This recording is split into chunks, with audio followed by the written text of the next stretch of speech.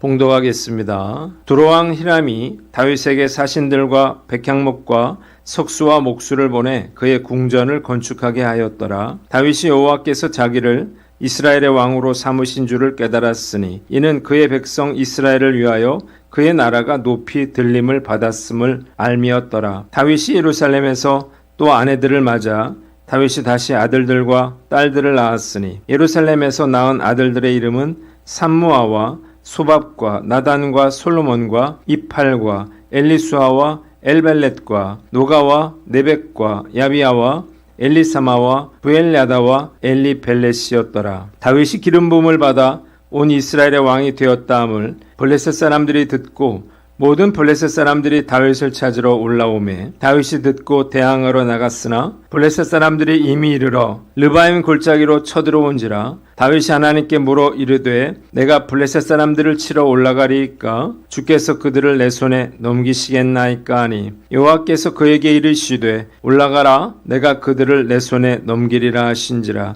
이에 무리가 바알 브라심으로 올라갔더니 다윗이 거기서 그들을 치고 다윗이 이르되 하나님이 물을 쪼갰같이 내 손으로 내 대적을 흩으셨다 하므로 그곳 이름을 바알 브라심이라 부르니라. 블레셋 사람이 그들의 우상을 그곳에 버렸으므로 다윗이 명령하여 불에 사르니라. 블레셋 사람들이 다시 골짜기를 침범한지라. 다윗이 또 하나님께 묻자온데 하나님이 이르시되 마주 올라가지 말고 그들 뒤로 돌아 뽕나무 숲을 맞은편에서 그들을 기습하되 뽕나무 꼭대기에서 걸음 걷는 소리가 들리거든 곧 나가서 싸우라. 너보다 하나님이 앞서 나아가서 블레셋 사람들의 군대를 치리라 하신지라. 이에 다윗이 하나님의 명령대로 행하여 블레셋 사람들의 군대를 쳐서 기브온에서부터 게셀까지 이르렀더니 다윗의 명성이 온 세상에 퍼졌고 여호와께서 모든 이방 민족으로 그를 두려워하게 하셨더라. 아멘. 오늘은 역대상 14장 말씀을 가지고 하나님이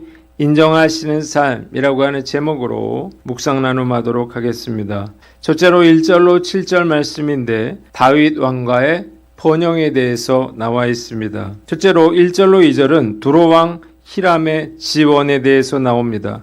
두로왕 히람이 사절단과 함께 백향목과 목수와 석수를 보내서 다윗의 궁궐 건축을 돕습니다. 이스라엘 땅은 대부분 건조했던 까닭에 좋은 나무나 석재가 생산되지 못했습니다. 때문에 건축술도 거의 발달하지 못했고 이러한 형편을 잘 알고 있던 히람이 다윗에게 백향목과 함께 목수와 석수를 보낸 것이었습니다. 물론 다윗은 자신을 하나님께서 기름 부어 왕으로 세워주셨다고 하는 사실을 막연히 알고 있었지만 히람이 자신을 위해서 왕궁을 지어주는 것을 보고 하나님께서 자신을 이스라엘의 왕으로 삼으시고 그의 나라를 높여주시는 것을 더욱 확실하게 깨닫게 되었습니다. 두 번째 3절로 7절에는 다윗이 예루살렘에서 얻은 자녀들에 대해서 나와 있어요. 다윗은 예루살렘에서 여러 아내들을 통해서 많은 자녀들을 낳았습니다. 본문이 우리에게 주는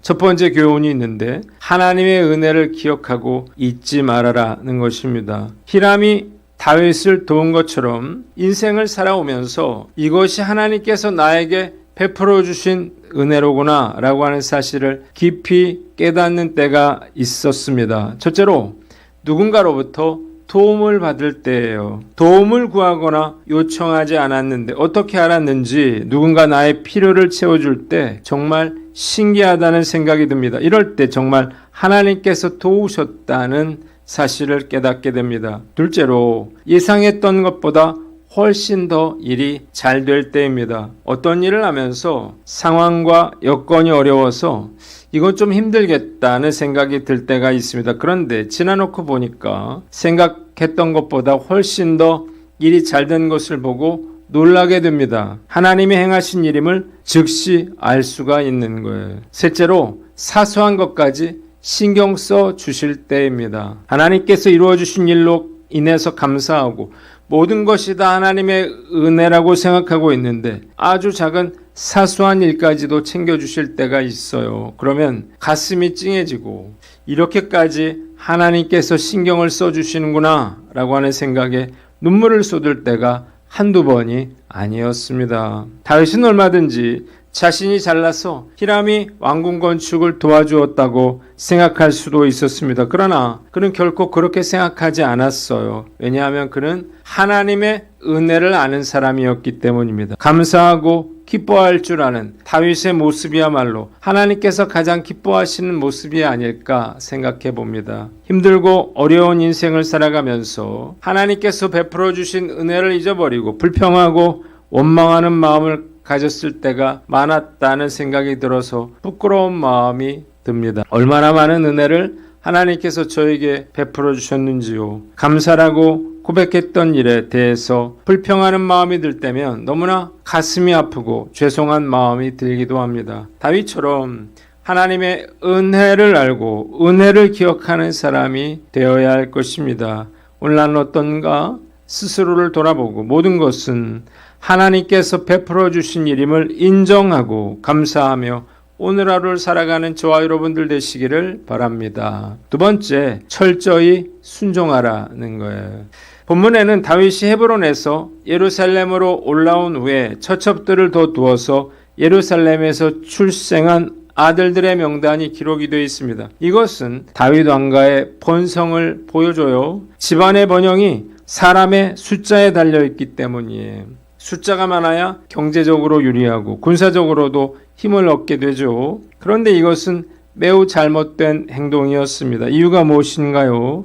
신명기 17장 17절에 아내를 많이 두지 말라고 하신 하나님의 말씀에 어긋나는 행동이기 때문입니다. 다윗이 많은 여인들을 통해서 많은 아들들을 둔 것은 하나님의 명령을 명백히 거스르는 행위였고 결국 다윗은 훗날 이 아들들로 인해서 큰 고통을 당하게 됩니다. 다윗이 아히노함으로부터 얻은 맏아들 암논은 이복누이인 다말을 강간했다가 셋째 아들 압살롬에게 죽임을 당하죠. 압살롬은 반역을 일으켰다가 결국 요압에게 죽었고 넷째 아들 아도니아는 이복 동생인 솔로몬과의 왕권 다툼을 벌이다가 솔로몬에 의해서 죽임을 당하게 됩니다. 결국 다윗이 여러 아내로부터 얻은 아들들은 다윗에게 큰 고통과 비극의 원인이 되었습니다. 다윗은 순종하는 사람이었죠. 그런데 아내를 많이 두지 말라고 하는 이 하나님의 명령을 대수롭지 않게 여겼습니다. 다른 왕들도 다 아내를 많이 두었기 때문이에요. 그리고 사실 당장 아무 일도 일어나지 않았습니다. 그러나 이 일은 그에게 올무가 됐고요. 그는 엄청난 고통을 당하게 되었습니다. 불순종하고도 괜찮을 거라고 하는 생각은 마귀가 주는 생각이라고 하는 사실을 깨달으시기를 바랍니다. 하나님께 불순종하고도 아무 일도 일어나지 않을 것이라 착각해서는 안 되는 거예요. 불순종은요, 씨앗을 심는 것과 같습니다. 처음에는 아무런 일도 일어나지 않는 것 같아도요, 죄는 조금씩 싹이 트고 자라서 언젠가는 열매를 맺게 되는 것입니다. 아담과 하와가 선악과를 따먹었는데 이유가 무엇인가요? 선악과를 따먹어도 죽지 않을 것이라는 사단의 유혹에 넘어갔기 때문입니다. 마귀는 선악과를 따먹으면 눈이 밝아져서 하나님처럼 될 거라고 말했습니다. 결과는 무엇인가요? 그들은 에덴 동산에서 쫓겨났고 결국 죽고 말았습니다. 선택적인 순종을 하면서 나는 다른 사람들보단 더 낫다라고 생각해서는 안 될 거예요. 언젠가는 후회하게 될 것입니다. 돈을 하나님보다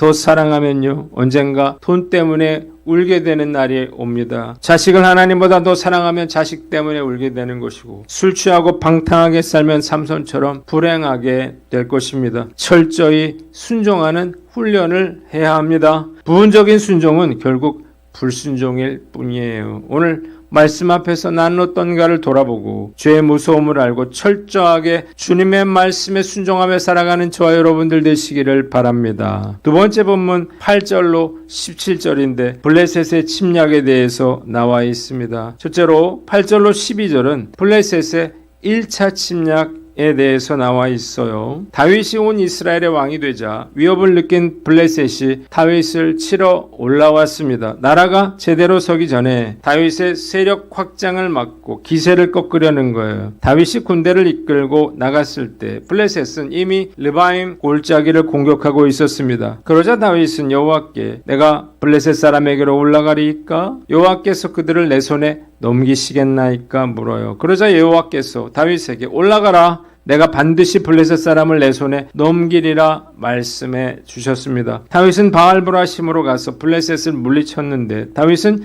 여호와께서 물을 흩음같이 내 앞에서 내 대적을 흩으셨다고 말했습니다. 두 번째, 13절로 17절 블레셋의 2차 침략에 대해서 나와 있습니다. 얼마 뒤에 블레셋이 다시 다윗을 치러 르바임 골짜기로 올라오자 다윗이 이번에도 여호와께 어떻게 해야 할지를 물어요. 그러자 하나님이 대답하셨습니다. 이번에는 정면에서 공격하지 말고 그들의 뒤를 돌아서 뽕나무 숲을 맞은편에서 그들을 기습하되 뽕나무 꼭대기에서 걸음 걷는 소리가 들리거든 곧 공격을 하라는 거예요. 그때 하나님께서 그보다 앞서 나아가서 블레셋 군대를 치실 것이라는 것이었습니다. 이에 다윗이 여호와의 명령대로 행했고요. 다윗의 군사들이 블레셋을 크게 무찔러서 기브온에서 게셀에 이르기까지 그들을 쳐 죽였습니다. 다윗의 명성은 널리 퍼져나갔고 하나님께서는 모든 나라들로 다윗을 크게 두려워하게 하셨습니다. 본문이 우리에게 주는 교훈이 있는데 하나님께 일일이 물어라는 것입니다. 다윗은요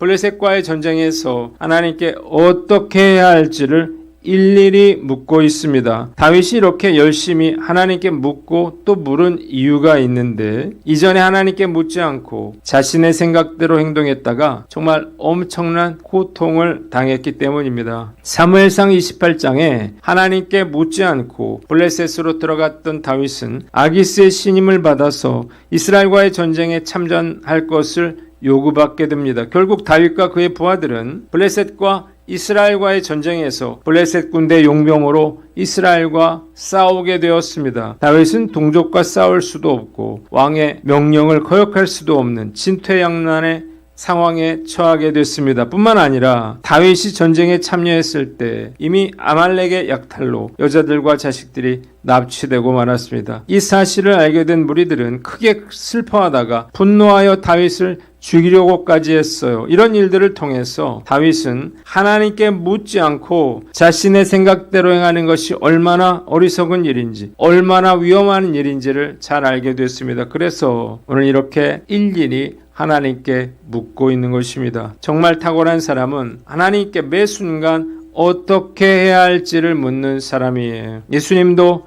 매 순간 하나님께 물으셨죠. 어린아이가 부모에게 묻듯이 하나님께 물어야 합니다. 인생은 한 번도 가보지 않은 길을 가는 거예요. 하나님께 묻지 않고 사는 것은 나침판과 지도 없이 모르는 길을 가는 사람과 같고 내비게이션 없이 모르는 길을 가는 사람과 같습니다. 물론 기도했더라도 응답이 없을 수도 있어요. 중요한 것은요. 그래도 물어야 한다는 거예요. 저는 무엇인가를 결정하기 전에 반드시 작정 기도를 했습니다. 확실한 답은 없더라도 끝까지 하나님의 뜻을 물었고요. 정말 모를 때는 저의 결정이 하나님의 뜻이 아니라면 막아달라고 기도했습니다. 그래서 후회 없는 선택을 하며 살아올 수가 있었습니다. 어떤 일이든 하나님께 물어야 실수하지 않을 수 있습니다. 돌아보면 영적인 긴장감을 가지고 하나님의 뜻을 물을 때에는 잘 넘어지지 않았던 것 같아요. 그러나 긴장이 풀려서